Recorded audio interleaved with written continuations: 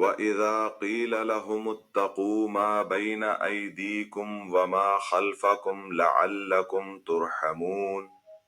وَمَا تَأْتِيهِمْ مِنْ آيَةٍ مِنْ آيَاتِ رَبِّهِمْ إِلَّا كَانُوا عَنْهَا مُعْرِضِينَ۔ اور جب ان سے فرمایا جاتا ہے ڈرو تم اس سے جو تمہارے سامنے ہے اور جو تمہارے پیچھے آنے والا ہے، اس امید پر کہ تم پر مہر ہو، تو منہ پھیر لیتے ہیں،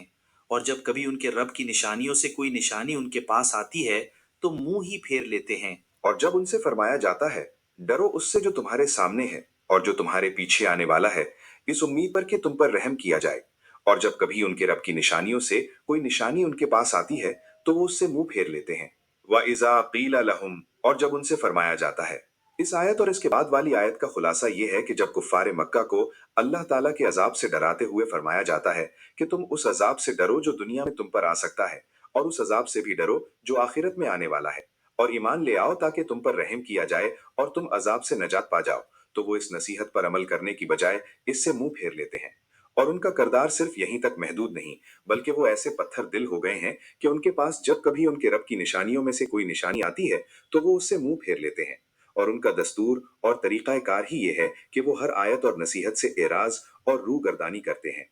نصیحت سے منہ پھیرنا کفار کا کام ہے۔ اس آیت سے معلوم ہوا کہ جب اللہ تعالیٰ اور اس کے پیارے حبیب صلی اللہ تعالیٰ علیہ وآلہ وسلم کی اطاعت و فرما برداری کرنے اور بد عملی و گناہوں سے بچنے کا کہا جائے اور ایسا نہ کرنے پر اللہ تعالیٰ کے عذاب سے ڈرایا جائے، تو ان کے طرز عمل سے صاف نظر آتا ہے کہ یہ نصیحت سے منہ پھیر رہے ہیں، اور انہیں جو نصیحت کی گئی ہے اس کی انہیں کوئی پرواہ نہیں۔ اللہ تعالیٰ انہیں ہدایت اور عقل سلیم عطا فرمائے، اور نصیحت کرنے والوں کی نصیحت قبول کرنے اور جب ان سے فرمایا جاتی کہ اللہ آپ سے تعلاب سے وہ سمانا کر دے تو دے بھی کیوں ہی سے وہ طرف نہ آنا ہے۔